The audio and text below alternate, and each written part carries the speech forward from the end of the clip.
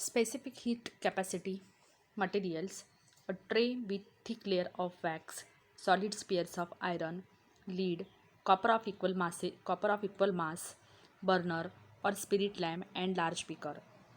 तर नेक्स्ट पीठ जो आहे हीट या टॉपिकमधला तो म्हणजे स्पेसिफिक हीट कॅपॅसिटी. तर यामध्ये आपल्याला एक ॲक्टिव्हिटी दिलेली आहे, ती ॲक्टिव्हिटी आपल्याला करून बघायची आहे. त्यासाठी मटेरियल्स रिक्वायर्ड: एक tray having thick wax layer of wax, एक ट्रे घ्यायचा ज्यामध्ये वॅक्स असेल. Then solid sphere of iron, lead आणि कॉपर ऑफ इक्वल मासेस. 3 असे आपल्याला गोळे घ्यायचे आहेत जस्ट लाईक बॉल, जे लीड, कॉपर आणि आयरनचे तयार झालेले मेडअप असतील. Then burner or spirit lamp. Then large beaker. C procedure: take 3 spheres of iron, copper and lead of equal mass.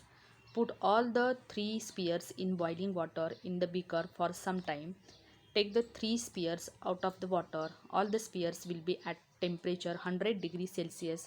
Put them immediately on the thick slab of wax. Note the depth that each of the spheres goes into the wax. तर विद्यार्थ्यांनो, या ठिकाणी जे तिन्ही स्पिअर्स आपण घेतलेले iron, copper, lead ज्यांचं equal मास असेल असे 3 स्पिअर्स आपण घेतले. या तिन्ही स्पिअरला काय करायचं, आपल्याला बॉइलिंग वॉटरमध्ये पुट करायचं फॉर सम टाईम, जेणेकरून त्यांचं 100 डिग्री सेल्सिअस टेम्परेचर त्यांनी अटेन करेपर्यंत आपल्याला ठेवायचे. देन इमिडिएटली त्यांना त्याच्यामधनं काढायचं बॉइलिंग वॉटरमधून and immediately we have to put in the wax containing tray. Now observe the depth that each of the sphere goes into the wax. तर ऑब्झर्वेशनमध्ये की कोणता स्पिअर जो आहे मॅक्झिमम त्या वॅक्समध्ये जास्तीत जास्त खोलवर रुततो किंवा जातो हे आपल्याला ऑब्झर्व करायचे. सो सी हिअर, जर आपण पिक्चरमध्ये बघितलं तर आयरनचा स्पिअर आहे तो मॅक्झिमम डेप्थ याने अटेन केलेली आहे. देन दॅट ऑफ कॉपर, आणि सगळ्यात कमी जी डेप्थ अटेन केली ती म्हणजे लीडच्या स्पिअरने. So the sphere which absorb more heat from the water will give more heat to the wax. आता या ठिकाणी एक पॉईंट नोट करायचा आहे की जो sphere maximum heat energy absorb करेल तोच from water will give more heat to the wax. तर तो स्पिअर काय करेल, जास्तीत जास्त एनर्जी ही वॅक्सला देईल. मोर वॅक्स विल दस melt and the sphere will go deeper in the wax. त्यामुळे काय होतं की मॅक्झिमम वॅक्स मेल्ट होईल आणि स्पिअर हा जास्तीत जास्त खोलवर रुतेल. It can be observe that the iron sphere goes deepest into the wax. अशा पद्धतीने आपल्याला लक्षात येतं की जो आयरन स्पिअर आहे तो सगळ्यात जास्त खाली त्या वॅक्समध्ये रुततो. This shows that for then the lead sphere goes the least and copper sphere goes to intermediate depth. Then as shown in figure, lead sphere can attain the minimum depth in the wax containing tray and copper sphere attain the intermediate depth in the tray. This shows that for equal rise in temperature, the 3 spheres have absorbed different amounts of the heat. आता या ठिकाणी एक point note down करता येते की या तीनही स्पिअरला जे आपण बॉइलिंग वॉटरमध्ये ठेवलेलं होतं, या बॉइलिंग वॉटरमुळे या तीनही स्पिअरचं टेम्परेचर हे 100 डिग्री सेल्सिअसपेक्षा टेम्परेचर काय होतं, सेम टेम्परेचर त्यांनी अटेन केलं. पण त्यांनी जी गेन केलेली हीट एनर्जी त्यांनी जी गेन केलेली होती ती प्रत्येक स्पिअरसाठी डिफरंट होती. This means that the property which determines the amount of heat absorb by a sphere is different for the 3 sphere. This property is called specific heat capacity.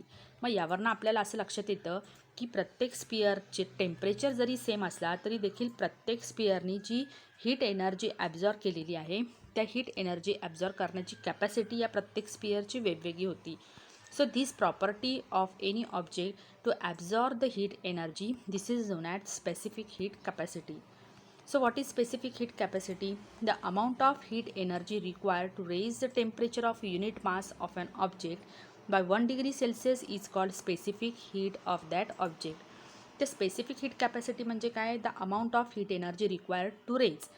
अशी heat energy, तेवढ्या amount of heat energy जी required to raise the temperature of unit mass of an object. एका unit mass असलेल्या ऑब्जेक्टचं temperature आपल्याला 1 degree सेल्सिअसने वाढवण्यासाठी जेवढ्या amount of heat एनर्जीची गरज असते त्यालाच आपण काय म्हणतो, specific heat of that object.